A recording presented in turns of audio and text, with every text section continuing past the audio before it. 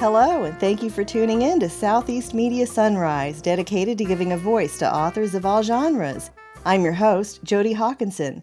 Joining us remotely by phone today is Jean O'Toole, author of Scholarship Strategies, Finding and Winning the Money You Need.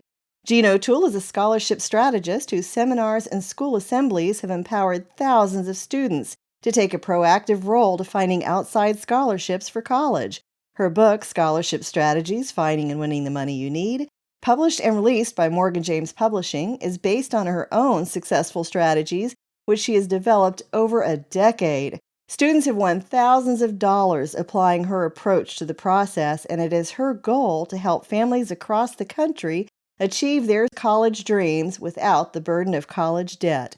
Welcome, Jean, and thank you for joining us today. Jodi, it's my pleasure to be here. Glad to have you. So tell us, what are some scholarship myths and misconceptions?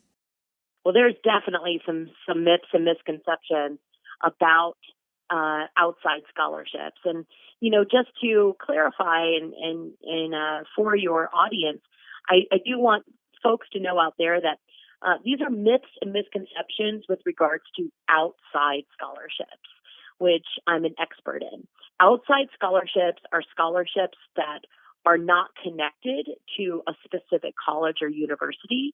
They're scholarships and monies that are being given away from companies, organizations, individuals, and foundations. And with that said, there are some big myths and misconceptions out there. The biggest one, Jodi, is that people think that all scholarships are related to either grades, sports, or financial need. And nothing could be further from the truth. Of course, there's scholarships related to grades, and of course, there's scholarships related to sports and financial need, but there's outside scholarships for everybody and anything you can imagine. Scholarships as general as, are you a student on track to graduate, which I hope that means, every student who might be listening, or sons or daughters of your listeners out there.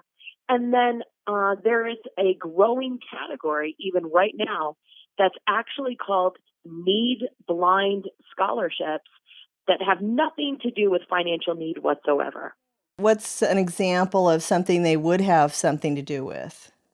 Sure. So they could have it could be scholarships related to community service, created to or connected to leadership, or just something, frankly, that just has a lot of significance to that company, organization, individual, or foundation who set aside the money.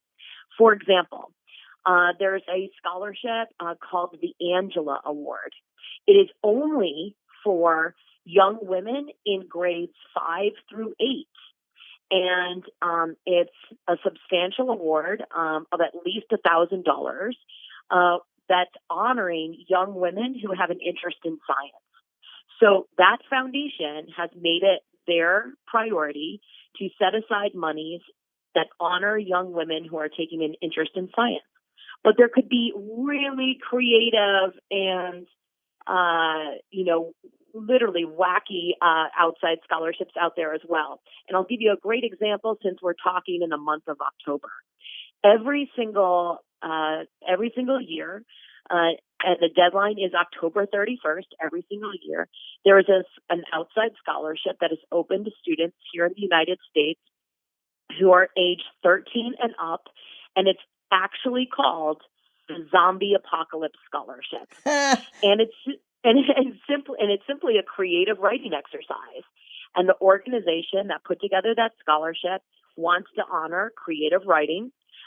It has nothing to do with grades or sports or financial need. Simply, it asks a young person, age 13 or up, to write about how they would battle a zombie apocalypse, just as an example. So this is just to show that there really are outside scholarship dollars for everybody and anything. That's so interesting. Are there scholarships for older students? There are, and I wish, frankly, that I had known about that piece of information when I was on my scholarship search. Back years ago when I was graduating from high school. I was the first person in my family to graduate from high school and head off to college. I was the first college-bound student in my family. And I remember the last years of high school where I was looking for scholarships. I found some, I won some, but it wasn't enough. And like so many people across the United States, I had to sign my name to a portion of some student loan debt. I Mm-hmm. wish, I wish that I had known then what I now know, and that is this. There are outside scholarships for students at any age and any stage of life. As long as we're walking in the role of a student, there's outside scholarships that we can apply for and win. So if there are any listeners even out there who are currently in college, either as pursuing an associate degree, bachelor's degree, master's degree, PhD, maybe you have a listener who is pursuing med school or law school, or even an older adult who is in a certification program, so that way they can advance within their own field. Mm-hmm. If we're walking in the role of a student, there are outside scholarships that we can apply for and win. A couple of fun examples. There's literally a scholarship called Scholarships for Moms. There's also scholarships for dads. And this past summer, as I was doing some research with my team, because we're constantly researching various scholarship opportunities, we came across some scholarships where you had to be over the age of 65 even to just apply. So it's pretty amazing. And again, it just is a reminder that at the end of the day, these are dollars that we can stack on top of any college specific scholarships that might be given away from the institutions that we're pursuing education goals at.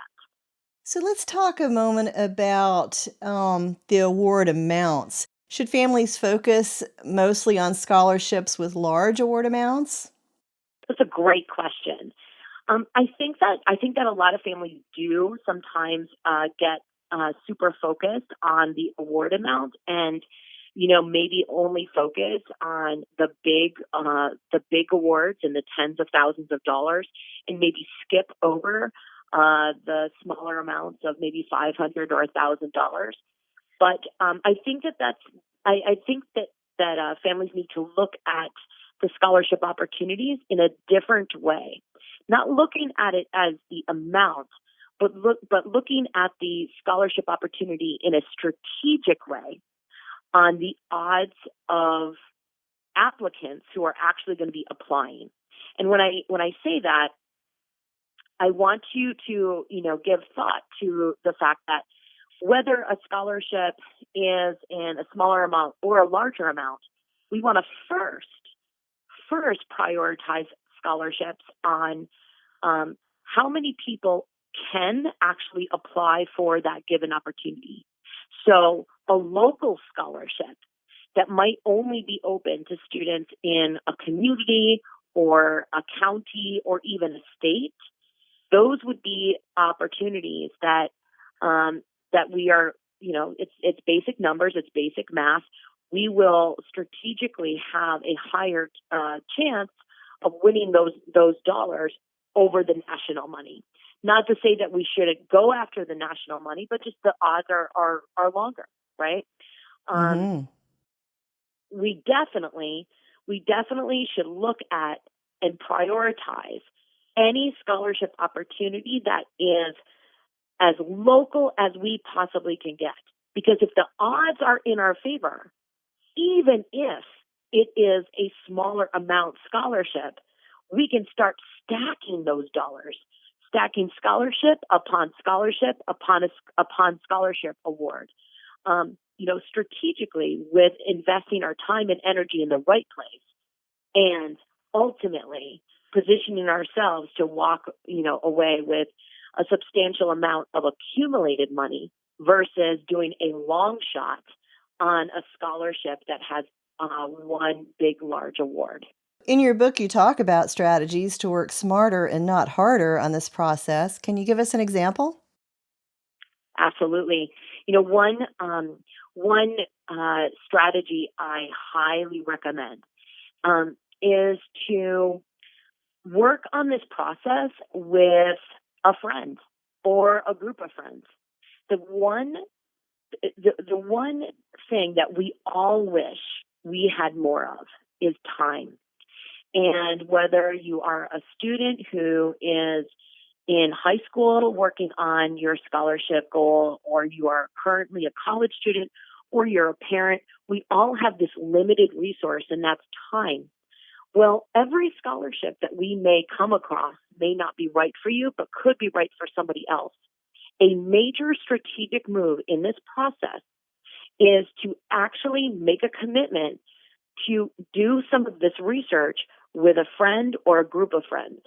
I've had huge success, Jodi, working with schools over the course of my career, expediting official or even unofficial scholarship clubs at their school, where students are essentially who are serious about this process, essentially just carve out a tiny, small amount of time, maybe a half hour 3 times a week, so about an hour and a half over the course of a given week, to research and apply for scholarships, but coming together with other motivated students within a very short amount of time. Small groups of students literally can find hundreds of scholarships for one another. It's a major strategic move, and I hope that your listeners will definitely start finding ways to, make this a family money mission, with maybe the siblings within the family helping each other out, or having those students work with their friends, work with get together with their classmates and form unofficial or official scholarship clubs. So that way you can duplicate your time. That is the resource we all have a fixed amount of. And if we can, spread out the effort, we can all be spending more time on actually expediting those applications. And at the end of the day, it's a numbers game. We want to get as many applications expedited as possible. What wonderful advice. So I understand you have an excerpt that you're prepared to read for us today. Could we hear that?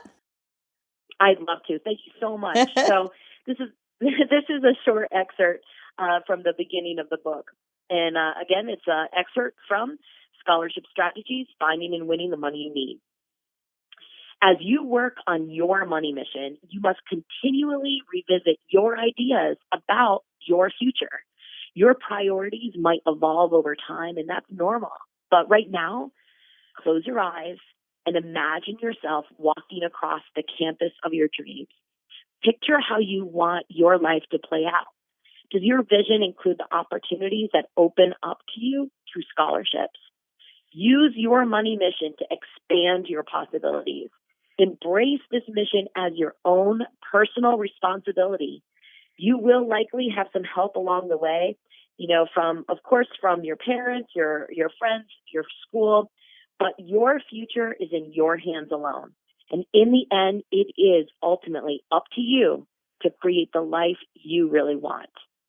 This book will give you tools and strategies to help you find and systematically apply for outside scholarships. By working on your money mission, you can avoid the pitfalls of the old waiting game and head into the college and life of your dreams. You own your future, and you've got this. Oh, what a wonderful excerpt and very uplifting. Thank you so much. Thank you. Yeah, it looks like we're out of time. Anyone interested in purchasing this book can log in to semediapro.com or visit Amazon or any major bookseller. This book is available in Kindle and paperback, and you can also visit connections101.com. We have been speaking with Jean O'Toole, author of Scholarship Strategies, Finding and Winning the Money You Need. Thanks again for joining us today, Jean. Thanks so much for having me, Jodi. And for all of your listeners out there, go get the money.